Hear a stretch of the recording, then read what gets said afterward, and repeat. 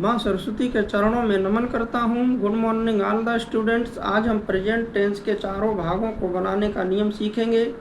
तो इसमें देखिए नंबर 1 है present indefinite. Present indefinite tense को बनाने का फार्मूला है, सबसे पहले हम सब्जेक्ट की अंग्रेजी लिखेंगे, इसके बाद में मेन वर्ब लगाएंगे। Example, he plays. Number 2 present continuous tense. Present continuous tense को बनाने का फार्मूला है, सबसे पहले हम सब्जेक्ट की अंग्रेजी लगाएंगे। सब्जेक्ट अगर हमारा आई है तो हम एम का प्रयोग करेंगे, और यदि सब्जेक्ट हमारा सिंगुलर नंबर में है तो इज का प्रयोग करेंगे। यदि हमारा सब्जेक्ट प्लूरल नंबर में है तो उसके साथ में हेल्पिंग वर्ब आर का प्रयोग करेंगे। इन तीनों में से एक का प्रयोग करने के बाद फिर हम हिंदी वाक्य में जो वर्ब है उसका प्रयोग करेंगे अंग्रेजी में, और वर्ब में फिर आईएनजी प्लस कर देंगे। एग्जाम्पल देखिए इसका, he is playing. He singular number में सब्जेक्ट है, सिंगुलर के साथ में इज का प्रयोग किया गया, और मेन वर्ब प्ले, और प्ले में आईएनजी प्लस कर दिया गया। वाक्य का निर्माण हो गया है, he is playing.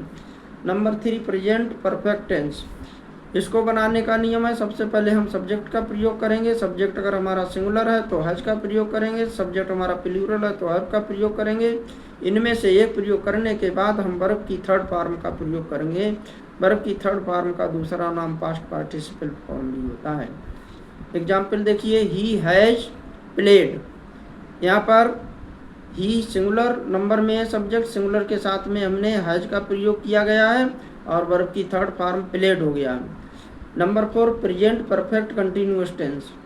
Present perfect continuous tense को बनाने का फार्मूला है, सबसे पहले हम सब्जेक्ट की अंग्रेजी प्रयोग करेंगे। अगर सब्जेक्ट हमारा सिंगुलर नंबर में है तो हम हैज बीन का प्रयोग करेंगे। यदि सब्जेक्ट हमारा प्लूरल नंबर में है तो हम इसके साथ में हैव बीन का प्रयोग करेंगे। इन दोनों में से किसी एक का प्रयोग करेंगे सब्जेक्ट के अकॉर्डिंग।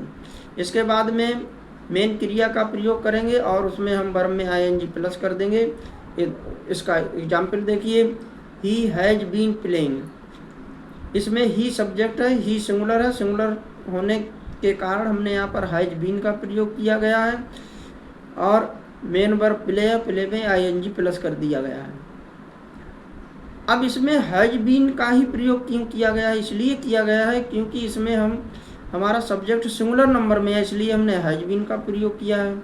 यदि यहाँ प्लूरल सब्जेक्ट होता तो यहाँ पर हम हैव बीन का प्रयोग करते हैं। तो डियर स्टूडेंट, आज का वीडियो हम यहीं पर समाप्त करते हैं। आज आप इतना ही सीखेंगे, अगले वीडियो में हम पुनः मिलेंगे। तब तक नमस्कार, थैंक यू, व्यस्त रहिए, मस्त रहिए।